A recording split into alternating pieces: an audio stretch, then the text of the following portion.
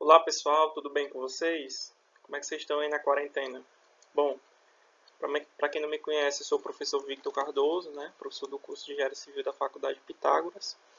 E essa disciplina é a disciplina de Física Geral e Experimental, a parte mecânica.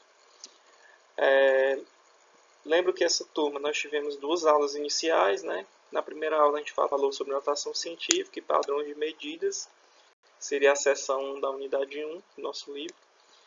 Na aula 2 a gente deu uma pulada e falamos um pouco sobre movimento uniforme e movimento uniformemente variado. E hoje nós vamos falar um pouquinho da seção 2, que é a seção de vetores e soma vetorial, certo? E na próxima aula a gente vai encerrar a unidade falando sobre lançamento oblíquo. E aí eu peço de antemão que vocês acessem o AVA, façam os exercícios, certo? E fiquem em dias aí com a disciplina. Lembramos que a gente já passou 2 listas de exercício, não foi? Vocês podem enviar essa lista escaneada para mim por e-mail, tudo bem? Então vamos lá para a aula de hoje.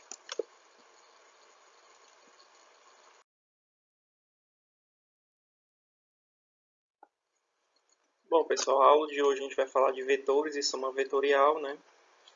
E aí eu lembro para vocês que na natureza a gente tem duas formas de medir grandeza, né? A gente tem uma grandeza chamada escalar, quando ela é definida simplesmente por um número ou por um módulo, né? E a gente tem uma grandeza vetorial, que a gente precisa dizer, além do módulo, a direção e o sentido desse ente físico, certo? Por exemplo, se eu tivesse aqui essa garrafa, eu disser, essa garrafa aqui, ela tem uma massa de 300 gramas. Massa é uma grandeza escalar ou uma grandeza vetorial? Uma grandeza escalar. Por quê? Porque basta eu dizer a massa desse componente e você já sabe o que é que significa. Agora, se eu disser que essa garrafa está, se eu arremessar ela e esse arremesso tiver uma velocidade de 3 metros por segundo, você pode dizer tudo bem. Mas em que direção e que sentido você jogou essa garrafa, né? Não basta eu dizer o modo, que é a velocidade em 3 metros por segundo. Eu preciso dizer a direção que eu joguei e o sentido. Se eu joguei da esquerda para a direita, se eu joguei da direita para a esquerda, né? Se eu joguei na direção horizontal, na direção vertical, enfim. Então isso é a principal diferença de grandezas escalares e grandezas vetoriais, certo? Bom, pessoal, quando a gente quer falar de vetor, primeiro a gente tem que definir onde eles são expostos, né? Na física, as direções vertical e horizontal elas são representadas no plano cartesiano, né? Em 2 dimensões é o plano x e y. O eixo x ele representa a direção horizontal e o eixo y a direção vertical. E quando tratamos de vetores, a gente também tem uma nova nomenclatura, que são versores, que nada mais são do que vetores unitários, que são divididos nessas orientações, essas direções, né? Na direção x a gente tem um versor y, e na direção y a gente tem um versor j. E aí, como eu estava dizendo, os versores I e J eles são representados da seguinte forma. Na direção do eixo X, que é a direção horizontal, o versor I ele é positivo da esquerda para a direita, ou seja, apontando para o leste. E ele tem um módulo igual a 1, certo? Já o versor J, ele cresce de baixo para cima, ou seja, a posição positiva dele é para o norte, né? Ele é representado por essa letra J e o módulo dele é igual a 1. E aí os versores existem, pessoal, para a gente decompor vetores, certo? Se eu tiver um vetor aqui, f, certo? Eu posso decompor ele em, por exemplo, 2 versores i e 3 versores j.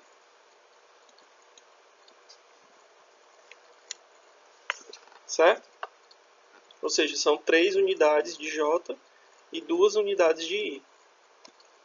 Aí as 2 unidades de I é no eixo X e as 3 unidades de J é no eixo Y.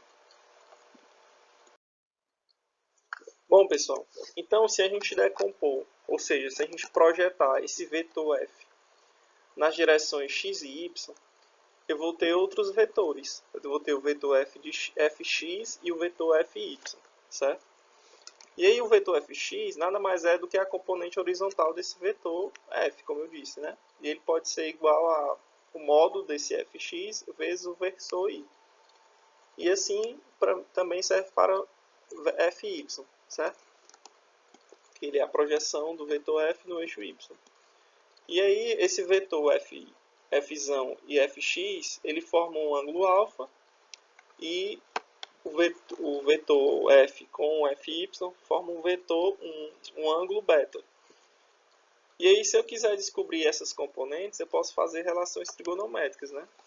O seno de alfa, por exemplo, ele é aqui o cateto oposto sobre a hipotenusa F. Quem é o cateto oposto? Ora, é o Fy, certo? E a hipotenusa é F. Já o cosseno de alfa, a projeção dele é Fy sobre F. Ok? E isso também serve para beta. Se eu pegar aqui o beta, eu vou ter que o seno do beta é Fy sobre F. E o cosseno do beta, aliás, é Fx sobre F. E o cosseno do beta é Fy sobre F. Ok? Fácil de relacionar, não é?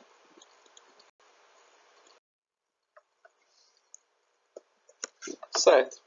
Então, esse vetor F, ele nada mais é do que a soma vetorial de Fx com Fy. E eu posso representar dessa forma aqui. Certo? Como sendo o módulo de Fx versor I mais o módulo de Fy versor J. E se a gente usar o teorema de Pitágoras, a gente pode perceber que o módulo de f ao quadrado é igual à soma dos módulos das projeções, que é o Fy ao quadrado mais o Fx ao quadrado, certo?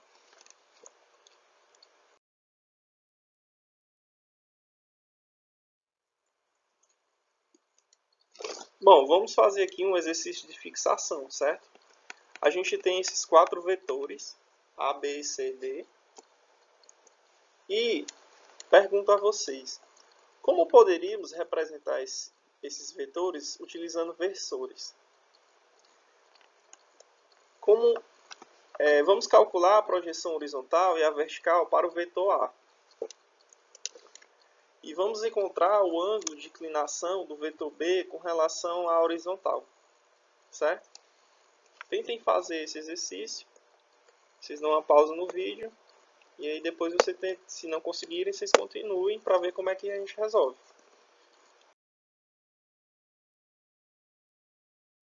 Bom, no item A, eu perguntei como poderíamos representar esses vetores utilizando os versores. Né?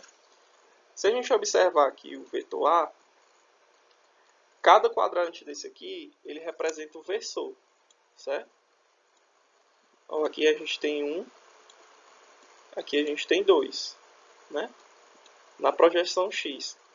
Na projeção Y, a gente tem 1, a gente tem 2, a gente tem 3. Ou seja, o vetor A, ele tem 2 unidades do versor I mais 3 unidades do versor J. Certo? Já o vetor B, ele tem uma unidade voltando aqui, ó, do versor I e 4 unidades, 2, 3, 4, do versor J. Ou seja, ele é menos I, porque ele está voltando aqui, né? E mais 4J. O vetor C, ele tem apenas 2 unidades de I. 2 unidades o quê? Positivas, né? Porque ele está indo da esquerda para a direita. E o vetor D, ele tem 3 unidades do vetor J. Ele está indo de cima para baixo, ou seja, ele está indo de forma negativa. E ele não tem nenhuma outra projeção no eixo X, certo? Muito fácil, né? Vamos agora para o item B. Pessoal, no item B, ele pede a projeção horizontal e vertical para o vetor A. Ora, a gente já não disse que o vetor A tem 2i e 3j, não é? Ou seja, tem aqui 2i e 3j. O módulo de A vezes i e o módulo de AY vezes j. Certo? Se a gente quisesse calcular, pessoal, o módulo do vetor A, como é que a gente faria? Ora, a gente usaria o teorema de Pitágoras. A gente disse que o módulo de A ao quadrado é igual ao módulo da componente x ao quadrado mais o módulo da componente A ao quadrado, já que x e y eles formam um ângulo reto, né? Aqui também, certo? Então, é só simplesmente eu pegar o 2 mais o 3 ao quadrado, ambos ao quadrado, né? E tirar a raiz deles. Ou seja, o módulo aqui de A, o tamanho aqui de A, ele vale 3,61 metros. Ok? Vamos agora para o item C. Bom, agora no item C, ele pede o ângulo de inclinação do vetor B com relação à vertical. Quem é a vertical? Ora, é aqui paralelo a y, certo? Então ele pede esse ângulo aqui. Como é que eu acho esse ângulo? Ora, eu tenho os valores de bx e tenho os valores de by, né? Que bx vale 1 e o by vale 4. O versor de b em relação a i é menos i, porque ele está da direita para a esquerda. E o versor j, ele vale 4, porque ele está de baixo para cima. Mas como a gente está tratando tudo de forma modular, a gente vai deixar 1 e 4, certo? E aí a gente vai achar esse ângulo em preto que eu grifei aqui. Bom, se a gente tem um cateto oposto que vale 1 e tem um cateto adjacente que vale 4, a tangente desse ângulo é o cateto oposto sobre o cateto adjacente. Ou seja, a tangente desse ângulo alfa, ela vale 1/4. E aí como é que a gente acha esse alfa? Vocês lembram? Bom, a gente aplica o arco tangente, né? Então o arco tangente de 1/4 vai ser igual ao ângulo alfa. E aí vocês podem calcular na calculadora científica de vocês que o arco tangente de 1/4 é igual a 14 graus. Ou seja, esse ângulo aqui que eu grifei, ele vale 14 graus. Se ele tivesse pedido com relação à horizontal, ora, seria 14 graus mais 90 graus aqui, que é o sentido positivo, né? Se ele tivesse pedido com relação a esse sentido aqui, o sentido negativo, ora, seria 90 menos 14 graus. Tranquilo? Vamos agora para o item D.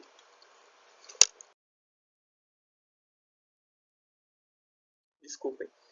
Vamos tratar agora de soma vetorial. Bom, se a gente tiver dois vetores A e B, esse vetor S, que é o vetor soma, ele pode ser representado graficamente da seguinte forma. E aí existem duas regras. Existe a regra do polígono e a regra do paralelogramo, certo? E aí eu vou mostrar aqui para vocês, mas eu prefiro usar a do polígono, que vale para vários vetores.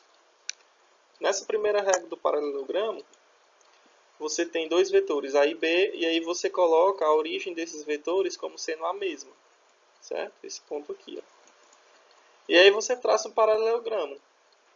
E aí essa diagonal do paralelogramo nada mais é do que o vetor soma S. Bem fácil.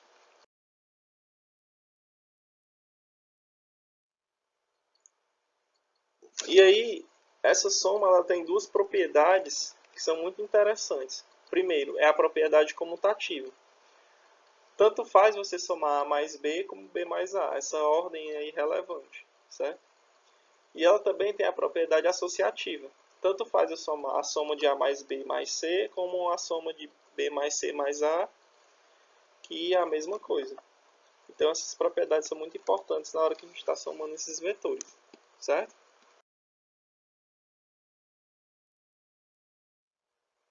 Bem, e ainda falando sobre a regra do paralelogramo, a gente também pode somar esses vetores com seus módulos, certo? E aí, quando a gente usa essa regra do paralelogramo, a gente pode usar a lei dos cossenos com um sinal positivo. Porque não sei se vocês lembram, a lei dos cossenos, ela usa, se eu quiser qualquer lado, né, ao quadrado vai ser igual à soma dos outros lados, menos duas vezes o lado A mais vezes o lado B, vezes o cosseno entre esses dois ângulos. Quando a gente está na regra do polígono, esse ângulo formado entre dois vetores seria esse ângulo aqui, vamos dizer alfa, certo? Na regra do paralelogramo, a gente tem um vetor aqui θ, certo? Que é esse vetor aqui desse cosseno. Então, quando a gente usa a regra do paralelogramo, aqui a gente usa a lei dos senos com sinal positivo, certo? Porque esse ângulo é complementar ao outro. Por isso que ele tem essa forma de S ao quadrado é igual a A ao quadrado mais B ao quadrado, mais duas vezes A vezes B vezes cosseno θ, certo? Quando a gente tiver o polígono, já não vai ser mais assim. A gente vai usar o cosseno como a lei dos cossenos tradicional, com esse sinal sendo negativo, certo? E aí dando já essa dica para na hora de resolução de exercício, que o livro nos mostra só nos mostra as duas fórmulas, mas ele não explica bem como usar cada uma, certo?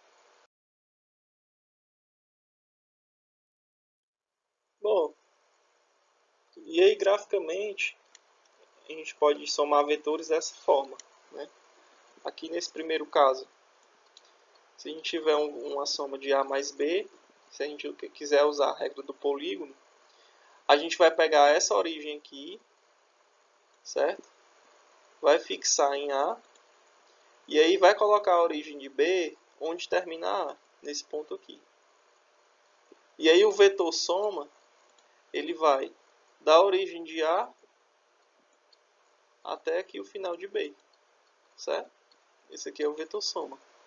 E isso aí vale quando eu tenho vários vetores. Por exemplo, aqui nesse segundo caso, que eu tenho A, B e C, então A mais B mais C vai ser esse vetor que vai da origem de A até o final de C, certo? E aí o vetor B, a origem dele começa no final de A, e o vetor C, a origem dele começa no final de B, certo? E se a gente tiver uma subtração, como nesse terceiro caso aqui, como o vetor que eu quero seja A menos B, ora, é só eu deixar o A como ele está, né? Transpassei aqui o A, ó. E o B, ele fica na mesma direção, mas fica com sentido oposto. Ou seja, eu virei o B aqui, ó. Certo? E aí eu botei o vetor menos B. E aí o vetor D, que vai ser a soma desse A menos B, vai partir da origem de A e até o fim de B. Certo? Muito tranquilo.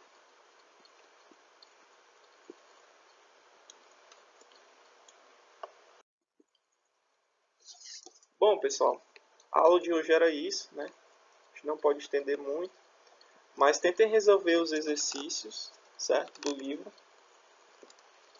É importante que vocês façam também as atividades do AVO de nivelamento e busquem outras alternativas, outras videoaulas para vocês estarem complementando esse assunto, certo? Eu sei que essas videoaulas vão ajudar bastante no estudo de vocês. Claro que não vai substituir a aula presencial, assim, para tirar dúvidas. Mas vocês podem mandar dúvidas por e-mail, pelo WhatsApp, certo? E que eu vou estar gravando algumas resoluções que vocês tiverem dúvida. Então é isso, eu estou à disposição de vocês. E mãos à obra, né?